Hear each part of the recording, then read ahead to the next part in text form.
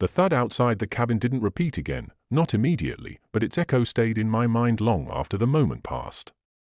Ian's hand remained on my wrist a little longer than necessary before he pulled it back, flexing his fingers as if unsure why he touched me in the first place. "I'm sure it was nothing," I said, trying to reclaim some normalcy.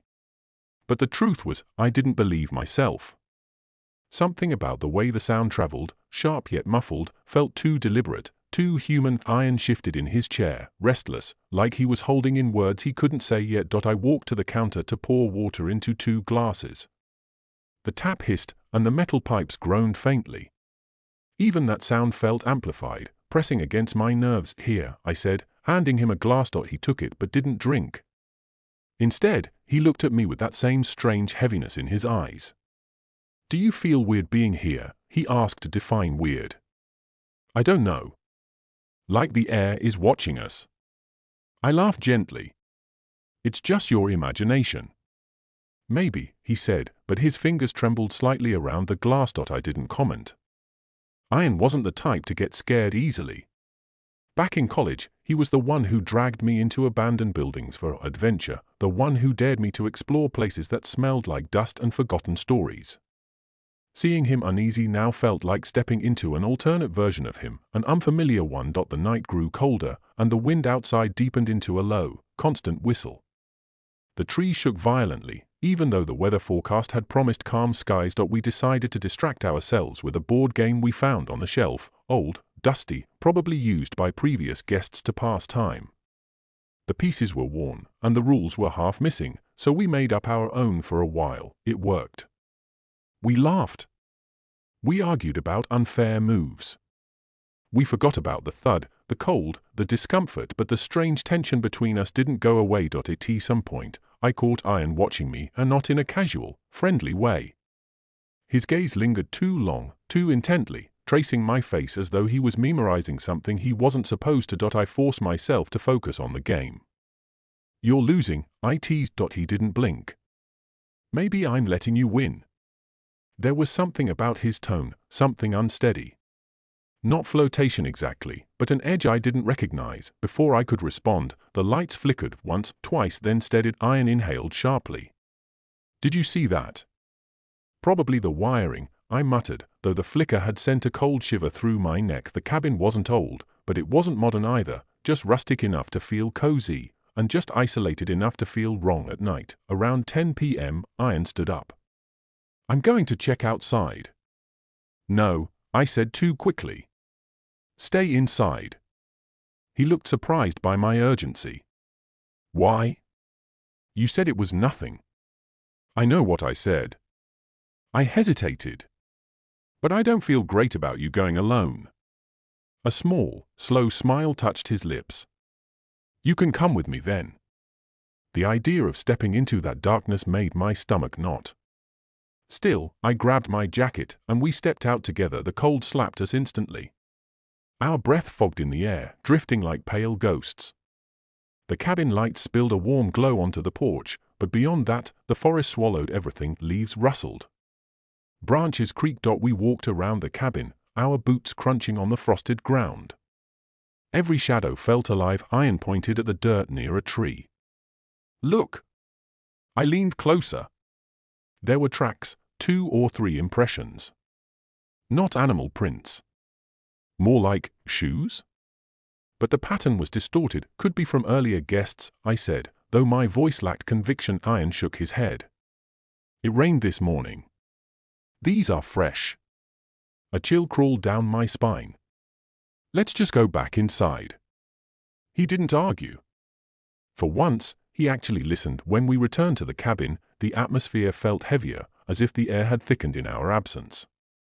A strange warmth had settled inside, unnatural compared to the cold outside. I closed the door behind us and bolted it. Ian sighed, rubbing his arms. "Do you ever think about how wild it is? Just the 2 of us here." "What do you mean?" "I mean, it's weird. I didn't expect us to come here alone." I frowned. "Why?" "We've done trips before." "Yeah, but things are different now." I hesitated. "Different how?" He didn't answer. His eyes drifted toward the fireplace, where the flames danced wildly, as if reacting to something unseen. I watched him silently. There was something he wasn't telling me, something he was afraid to say. We sat down again, pretending the silence wasn't suffocating. I poked the fire, letting the sparks rise and vanish. Ian rested his elbows on his knees, staring at the floor. "Can I ask you something?" he said suddenly. "Sure." He looked up, and there was vulnerability in his eyes I had never seen before. "Do you ever feel like you're holding something in, and it's eating you from the inside?" My throat tightened. "Sometimes." "Me too." A long silence followed. The clock on the wall ticked loudly, each second stretching uncomfortably. Ian leaned back, exhaling. "I guess being here, it makes things clearer." "What things?" He opened his mouth to answer, but then we heard it. A scraping noise on the roof, long, slow, dragging. I froze. What is that?"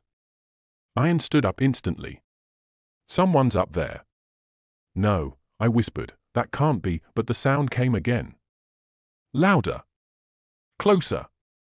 Almost like fingertips gliding across wood. We backed away from the center of the room, instinctively moving closer together. "Do not open the door," Ian said firmly. "I'm not stupid." The scraping stopped abruptly. We waited. Nothing. Ian's breathing was fast, shallow. I could hear my own heartbeat pounding in my ears. "I think," he whispered, "I think we need to call someone." I grabbed my phone, but my stomach dropped. No signal. He checked his. Nothing here either.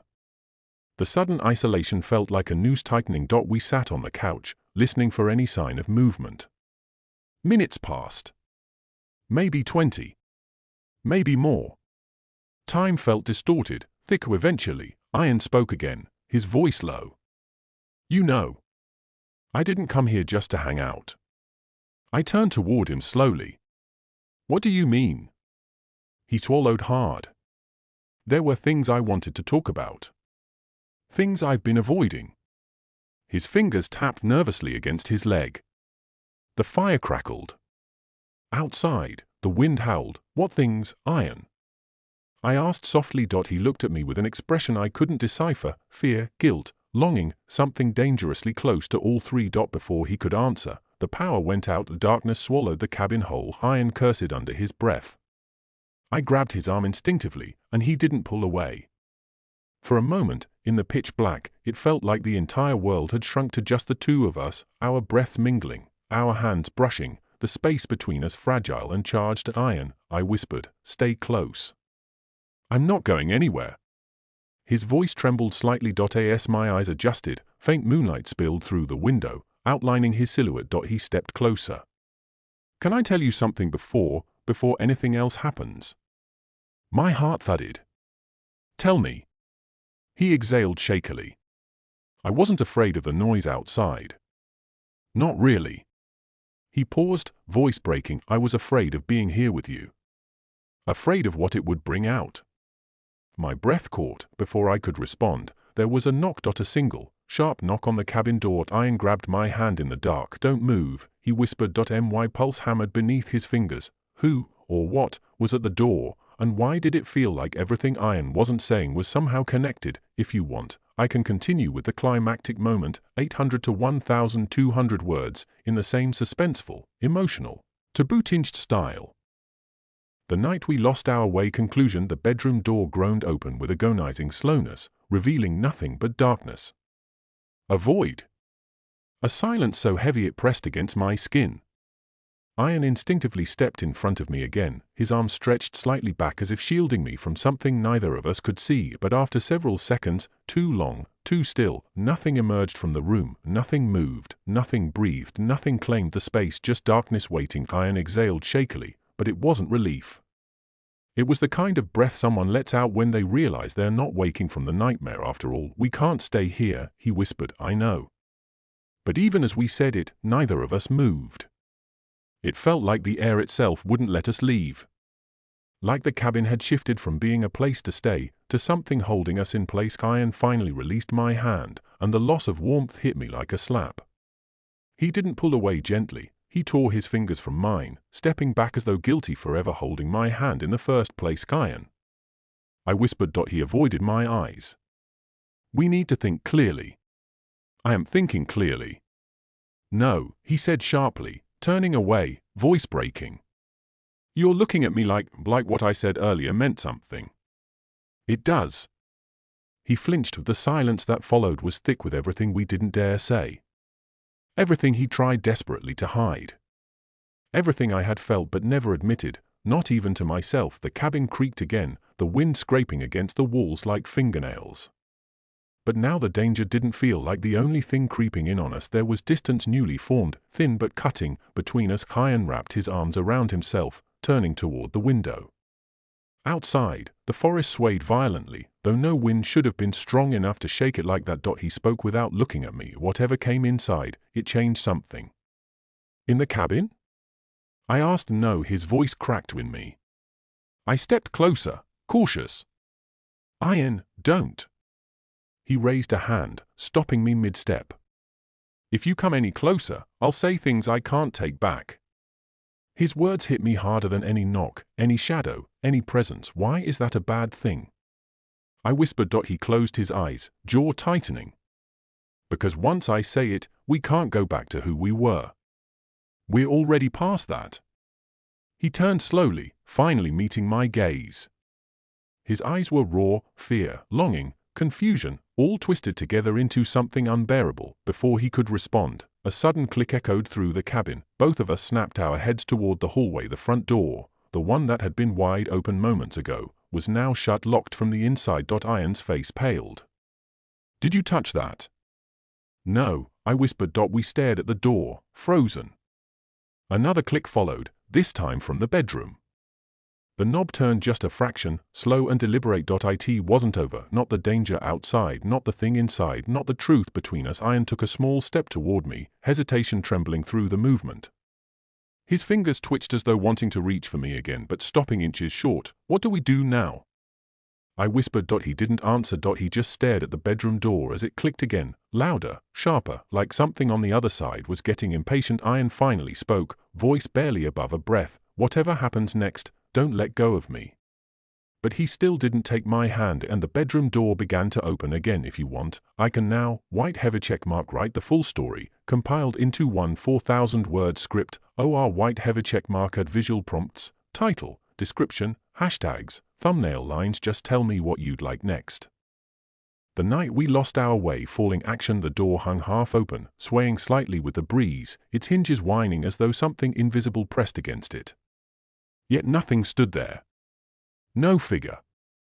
No shadow. Only darkness so dense it felt sentient. Ian didn't move at first. His grip on my hand tightened until my fingers ached. But I didn't pull away.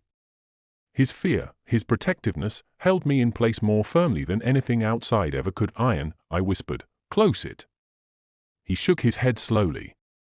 No, it opened on its own. What if closing it makes whatever's out there angry? The idea sent a fresh wave of chills across my arms. My eyes drifted to Ian's profile, his jaw locked, throat bobbing as he swallowed his fear, breath shaking the slightest bit. 1,000 emotions flickered behind his eyes, but one lingered longer than the rest: guilt. Heavy, quiet, aching. Earlier, I said softly, what you told me, did you mean it? His eyes flicked toward me, startled. You really want to talk about that now? Yes, I said. Because I don't know what's happening outside, but I know something is happening between us. His breath hitched, barely, but I felt it. The silence stretched, slow and sharp. The fire crackled behind us, warm light licking across his cheek. The contrast made every detail stand out, the faint stubble along his jaw, the tension carved into his shoulders, the way his chest rose too quickly and fell too slowly, as if his body was torn between fight and confession. Finally, he exhaled shakily. I didn't want you to know like this. Know what? I whispered. That I've been lying, he said, eyes dropping to the floor, pretending I don't feel something I can't explain, something I shouldn't feel at all. The taboo hung between us, the forbidden closeness that had simmered under every shared glance, every unspoken moment. All the things we weren't supposed to admit. Not as friends. Not as men. not as two people who had always stayed safely on opposite sides of a line we drew long ago. I stepped closer without thinking. Ian, but before he could respond, the door creaked again, a slow, dragging sound, as though an unseen hand pushed it wider. Ian jerked, pulling me back behind him. Stay behind me. Ian, wait, no. His voice cracked, raw with fear. If something comes in, it gets me first. Something twisted painfully in my chest at the idea of him offering himself up like that. The wind outside shifted, becoming heavier, colder, as if something breathed against the threshold. The air inside the cabin thinned, sharp like needles in my lungs. Ian's voice dropped to a whisper. Do you feel that? I nodded. It's like the room is shrinking. Like it's closing in, he murmured. For a moment, neither of us moved. Neither of us spoke. The silence was so thick it almost had weight. Then, suddenly, the fire sputtered violently, flames whipping sideways as if something invisible rushed past them. Ian spun toward the fireplace. Did you see? But he didn't finish, because something else happened. A faint sound, so soft it was almost imagined, slid across the floorboards. A slow dragging, like cloth brushing would. A presence inside the cabin. Ian's hand flew to my shoulder, gripping tight. It's in here, he whispered hoarsely. Whatever it is, it's already inside. I felt my pulse throbbing in my throat. What do we do? He swallowed hard. Stay close. No matter what. We backed toward the center of the room. Every shadow seemed sharper now, every corner darker. My eyes darted around, searching for movement. Then, barely visible in the dim light, the door to the bedroom shifted. Not a slam, just a quiet, deliberate click. As it closed on its own, Ian stiffened. That door was open. It was, I whispered, voice cracking.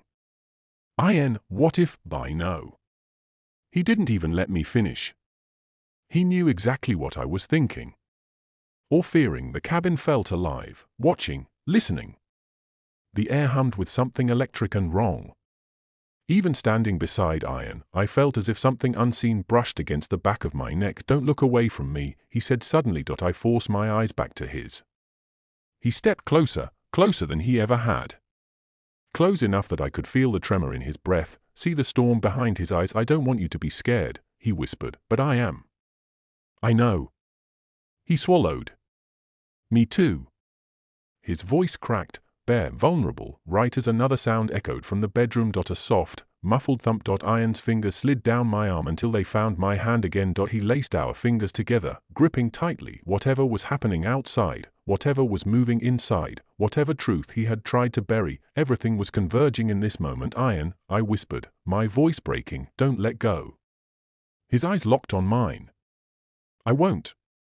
But as the noises grew louder, closer, more deliberate, I realized neither of us knew if holding onto each other would save us. Or destroy us, and the door to the bedroom began to open, slowly, silently. On its own. If you want, I can write the conclusion, cliffhanger, 400 to 600 words, in the exact same suspenseful, emotional tone. Just say continue.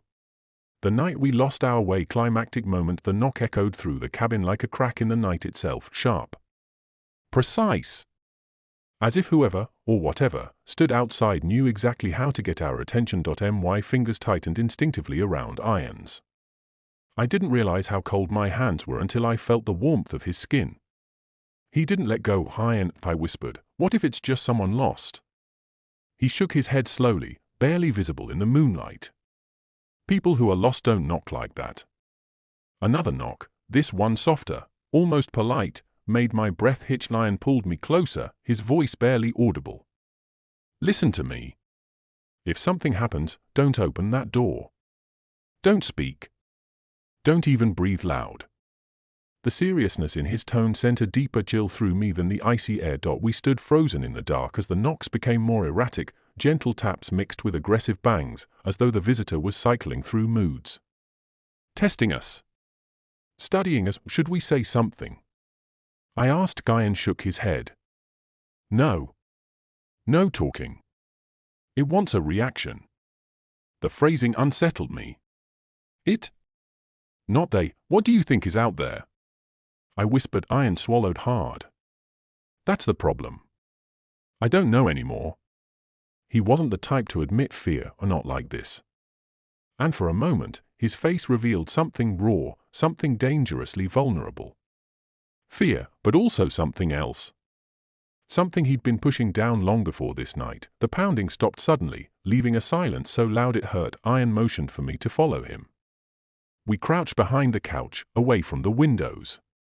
My shoulder brushed his, and he tensed, not in discomfort, but as though wrestling with something he couldn't voice. Ian, I whispered, what were you trying to tell me earlier? Before the door. He closed his eyes, exhaling shakily. This isn't the time. Maybe it is, I said, my voice trembling as much as my hands. You said you weren't afraid of the noise. You were afraid of being here with me. Why? His jaw tightened. Because it makes everything harder. Harder how? Ian turned to me, really turned to me, and even in the dim moonlight, I saw it. The conflict. The guilt. The truth he'd been swallowing for years. You don't get it, he whispered. I've been fighting myself for so long. Trying to stay in control. But being here, alone with you, in this place, it breaks everything open. My breath caught in my throat. Ian, what are you saying? Before he could answer, a shadow moved past the window. We both froze. Something, or someone, was standing inches from the glass. Watching us through the darkness, Ian grabbed my wrist, pulling me closer to the floor. Don't look, he whispered, panic edging his voice. Stay down. But I couldn't help it. Curiosity tugged at me like a hand on my chin. Slowly, I lifted my gaze. There was a silhouette outside, tall, still, almost unnaturally still. Its head was tilted slightly, as though listening or searching. The moonlight caught its outline just enough for me to see, no details. No face. Just a shape. A human shape without human softness. My blood froze. It's looking for us, Ian murmured. As if responding, the shadow leaned closer, pressing against the window. A long, thin finger, or what looked like one, traced the glass. I swallowed a scream. Ian covered my hand with his. It wasn't protective, it was desperate. The shadow moved to the side and vanished again into the forest's darkness. We waited several moments before either of us breathed again. Ian turned to me once more, eyes wide and conflicted. We're not alone here. But even that wasn't what scared me most. What truly terrified me was the look he gave me after. A look full of longing and regret, as if he'd decided something impossible. Ian, what do we do? I whispered. He licked his lips nervously. If I tell you the truth right now, everything between us will change. My heart hammered.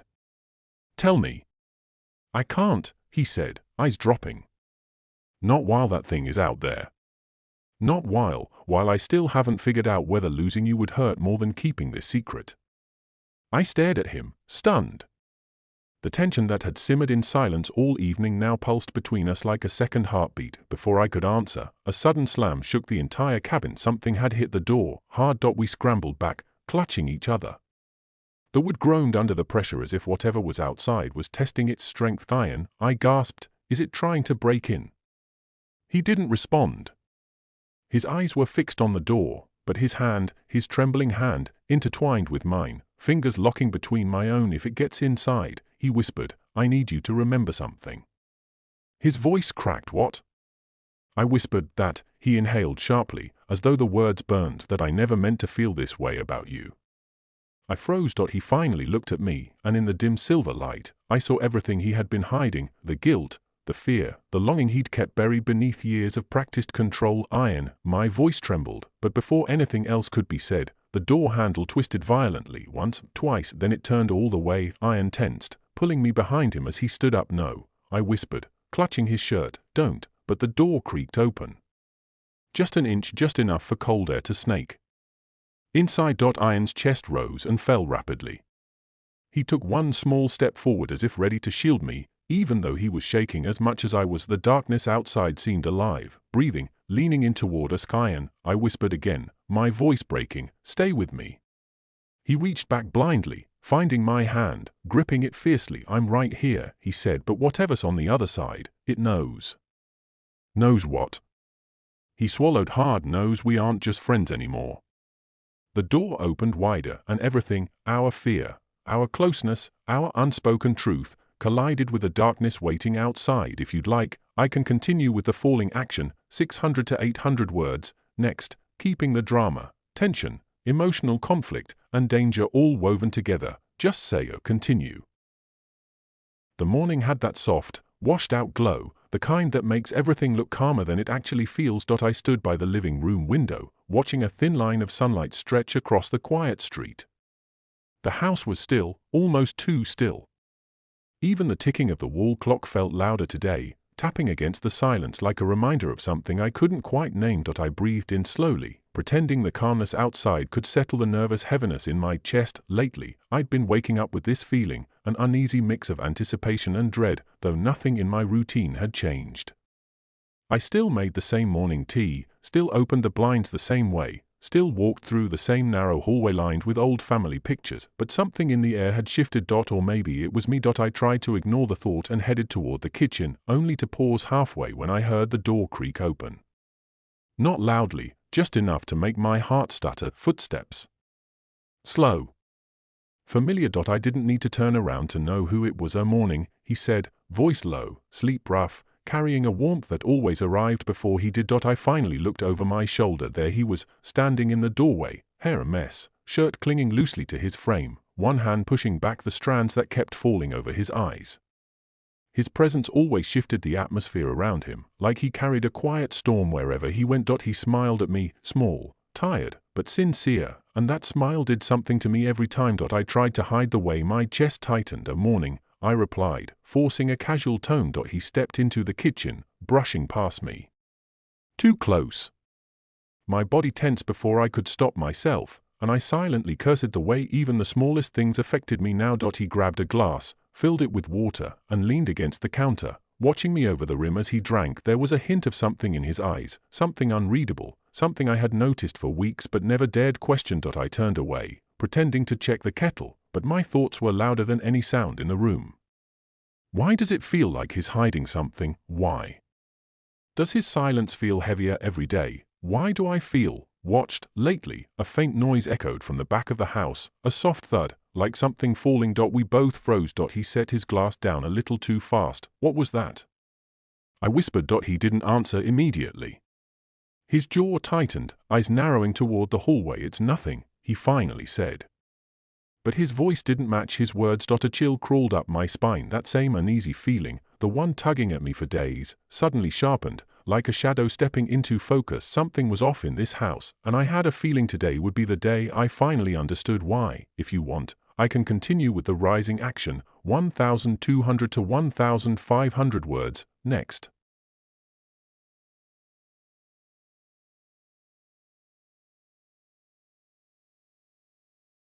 I still remember the way the air felt that evening, heavy, almost swollen, as if it were holding a secret it didn't want to release. Our family house in the village always had a strange quietness to it after sunset, but that night, the silence felt different, tighter. The kind of silence that makes you listen twice. I had come to stay for a week, something I hadn't done in years. Life had pulled me away, and honestly, so had memories I never found the courage to face again. But when my aunt called, insisting the family needed help preparing for the annual gathering, I couldn't refuse. A part of me wondered if she sensed it, the tension I tried so hard to hide. The thing I never spoke about. The thing we never spoke about. My cousin, Zion, was already there when I arrived. He stood in the courtyard, unpacking crates of decorations as if nothing had changed. As if years hadn't passed. As if the distance between us hadn't been built deliberately, brick by uncomfortable brick. He looked up the moment my car stopped. His eyes locked on mine longer than they should have. A faint smile, too faint, almost cautious, appeared on his face. Long time, he said, wiping his hands on his shirt. Yeah, I answered, even though a dozen other words crowded my tongue. We hugged, but even that felt loaded, like there was a third presence between us, our shared memory. Our unspoken history pressing its weight on our shoulders. Inside the house, everything felt unchanged. The wooden cupboards, the faint smell of sandalwood from my aunt's incense, the old clock ticking too loudly in the hallway. These tiny details wrapped around me like vines, pulling me back to a time I had tried so hard to forget, but the real uneasiness crept in when my aunt casually mentioned something that made my chest tighten. "Oh, by the way," she said while stirring tea, "Zion's been different lately. Quiet. Distracted. Keeps to himself." Her words shouldn't have meant anything. And yet, they did. Later that night, after everyone went to bed, I stepped outside to get some air. The moon hung low, casting pale light across the courtyard. And that's when I heard it, footsteps. Slow, hesitant, almost as if the person wasn't sure whether they should continue. I turned. Zion stood there, half in the shadow of the doorway. "You can't sleep either?" he asked. I nodded, though the truth was I hadn't even tried. Something had been tugging at me the moment I stepped foot in the house. A strange pull, familiar, dangerous, and completely unwanted. He walked closer, the air tightening with each step. "You know," he said quietly, "I thought you'd never come back here." There was something in his tone, something buried but alive. Something we had both agreed, without words, to bury years ago. But if it was truly buried, why did it feel like it was rising again? And why, deep down, was I afraid that I already knew the answer? If you want, I can continue with high voltage sign rising action, 1,200 to 1,500 words, next.